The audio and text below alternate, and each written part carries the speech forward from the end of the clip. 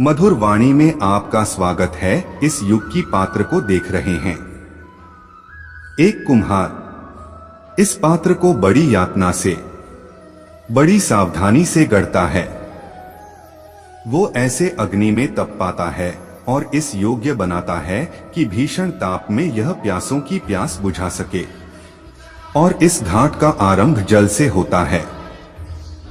यदि जल ना हो तो इसकी माटी को न गूंथा जा सकता है और न ही इसे चाक पर आकार दिया जा सकता है। जल्द इसका लक्ष्य, क्योंकि इसे अपने भीतर जल को संचित करके रखना है। परंतु आरंभ और लक्ष्य के मध्य इसे एक कठिन तपस्या से होकर जाना होता है। इसे ताप सहना होता है। रात भर अलाव में पकता है और यही समस्या मनुष्य के साथ भी होती। यदि उसे अपने जीवन में लक्ष्य पाना है तो उसे दुखों का, कठिनाइयों का और बाधाओं का ताप सहना होगा। चूंकि बिना जला हुआ घाट, बिना तपा हुआ घड़ा जल का संचय नहीं कर सकता।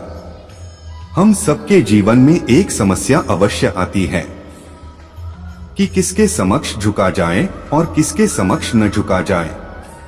अधिकतर लोग यह कहते हैं कि एक स्वाभिमानी किसी के समक्ष नहीं झुकता। कुछ लोग यह कहते, जिसका आकार बड़ा होता है वो झुका हुआ है।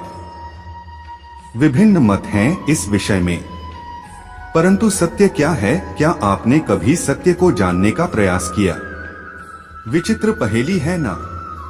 वास्तविकता में यह सब परिस्थिति जन्य है। परिस्थिति के अनुसार झुकना भी उचित है और परिस्थिति के अनुसार न झुकना भी। यदि आपको ऐसा लगे कि यह बात अनुचित है, आपके मन, आपकी आत्मा से यह स्वर उठे कि यह अनुचित है, तो नाजुक ही ऐसा करना आपकी आत्मा को उठा देगा। और यदि आपको ऐसा लगे कि किसी की बात उचित है परंतु अपनी आयु, अपने पद, अपने अहंकार के कारण उस बात को आप मान नहीं पा रहे, तो तुरंत नतमस्तक हो जाइए, तुरंत झुक जाइए, क्योंकि ऐसा करने से आपके अहंकार का आकार कम हो जाएगा और आपके व्यक्तित्व का कद और बढ़ जाएगा।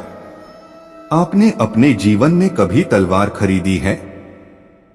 क्या देखकर तलवार खरीदते हैं? उसकी मयान देखकर या उसकी धार देखकर? अरे मैं भी कैसा प्रश्न पूछ रहा हूं आपसे। यह आवश्यक थोड़े कि आप कोई योद्धा या क्षत्रिय हो। यह भी हो सकता है कि आप कोई व्यापारी, कोई छात्र या शिक्षक हो। तो चलिए मैं आपसे यह पूछता हूं कि आप नए वस्त्र कैसे खरीदते हैं? क्या उसका रंग रूप देखकर खरीदते हैं या उसके गुणवत्ता देखकर? गुणवत्ता देखकर, है ना? ठीक उसी प्रकार जब आप किसी मनुष्य से मिलें तो उसके रंग रूप पर मत जाइए। उसका आचरण समझने की चेष्टा कीजिए। उसकी मेधा, उसकी प्रतिभा का मूल्यांकन करने का प्रयास कीजिए। आपका जीवन बहुत ही सरल हो जाएगा। संसार में सबसे अधिक घाव किससे हो सकता है?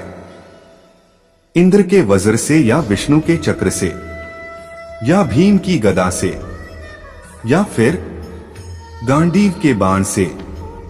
मैं सबसे अधिक घाव यदि कोई पहुंचा सकते हैं तो वह हैं हमारे शब्द, हमारे वचन। यदि शब्द बाण है, अस्त्र है, तो हमारी जीवा उनका संधान करने का यंत्र है। शब्द चाहे तो अमृत बनकर आपको जीवन दान दे सकते हैं या फिर घृणा का विष बनकर आपके जीवन को पीड़ादायी बना सकते हैं।